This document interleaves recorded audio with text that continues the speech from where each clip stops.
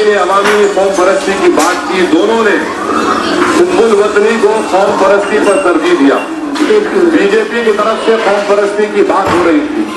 मैं ये जानना चाहता हूँ उनकी तरफ से, क्योंकि ये लोग दुकान खोलकर बैठे हैं, ये कौम परस्ती का सर्टिफिकेट देंगे, कांग्रेस सेकुलरिज्म का सर्टिफिकेट देगी। मैं बीजेपी से पूछना चाहता हूँ, नागा लिम, नागा एकॉर्ड क्या है? वो नागा लिम कहते हैं और हिंदुस्तान को नहीं मानते। आप हिंदुस्तान में उनसे बात नहीं की, सिंगापुर में की। आप बताइए कौम परस्त कौन है?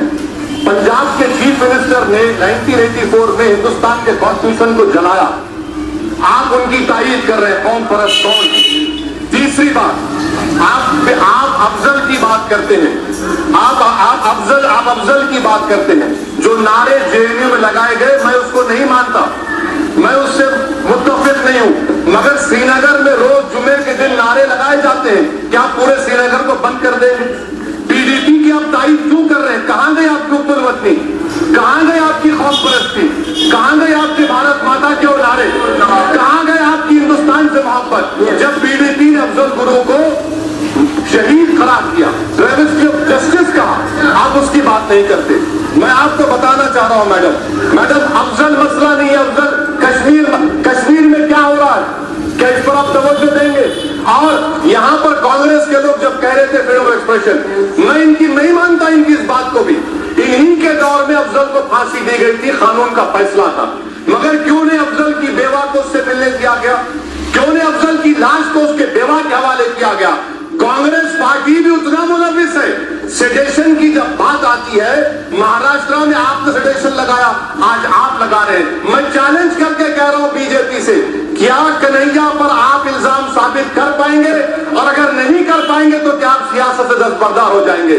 कन्हैया पर कोई इल्जाम नहीं है, वो झूठा इल्जाम है, नारे नहीं लगाए गए, पुलिस की रिपोर्ट है। मैडम रोहित की बात, मैडम मैं खत्म कर, रोहित की बात, रोहित का कत्ल नहीं होता अगर दत्तात्रेय खत नहीं लिखते। रोहित की मौत नहीं होती अगर मोहतरमा स्मृति ईरानी उस पर एक्शन नहीं लेती। रोहित का कत्ल एक इधर कत्ल है, रोहित को इंसाफ नहीं मिल सकता। आखिर में मैडम मैं ये बात अपनी मुकम्मल कर रहा हूं, आपसे मैं बात कह रहा हूं कि कांग्रेस की हुकूमत रही तो ये कहते हैं कि हमारी लिबरल आइडियोलॉजी, बीजेपी की हुकूमत रही तो सावरकर की, गोलवालकर की, दीनदयाल उपाध्याय की आइडियोलॉजी।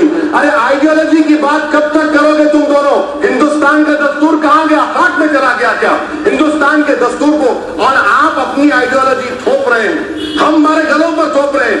अगर मैं आपकी, सावरकर की, दीनदयाल उपाध्याय की इस आइडियोलॉजी की मुखालिफत कर रहा हूं, अगर मैं बाकी हूं तो मुझे अपनी बगावत पर पकड़ रहेगा। मैं आपसे बगावत करता रहूंगा, मुझसे नहीं करता रहूंगा। मैं इसीलिए आपके जरिए हुकूमत से कह रहा हूं मैडम कि दलितों को इंसाफ आपसे नहीं मिल सकता, क्योंकि आप एंटी दलित हैं। आप अगर कोई नारा लगाता है मैडम कि मैं मनुवादी के खिलाफ हूं, मैं फरका परस्ती के खिलाफ हूं, तो इसमें कौन सी बुरी बात है? इसीलिए वो हुकूमत ओके हो गया। राकेश रंजन जी want to speak? बोलिए।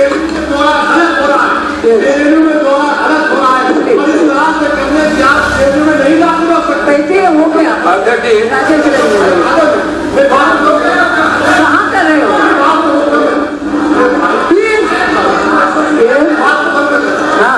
मैडम मैं अपनी बात इस बात पर खत्म कर रहा हूं कि आइडियोलॉजीज को मत थोपिए।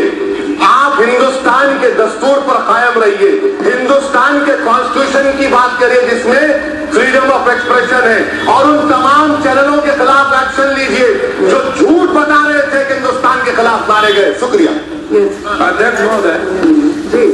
डिस्काउंट सेल पर जीन्स, ट्राउजर्स वगैरह ओल्ड सिटी में तशरीफ लाइए हमारे शोरूम पर। हमारा पता है रिच कलेक्शन, मादन्ना पेट, ईदगाह रोड, हरमैन होटल के सामने। 9700591868 पर कांटेक्ट करें।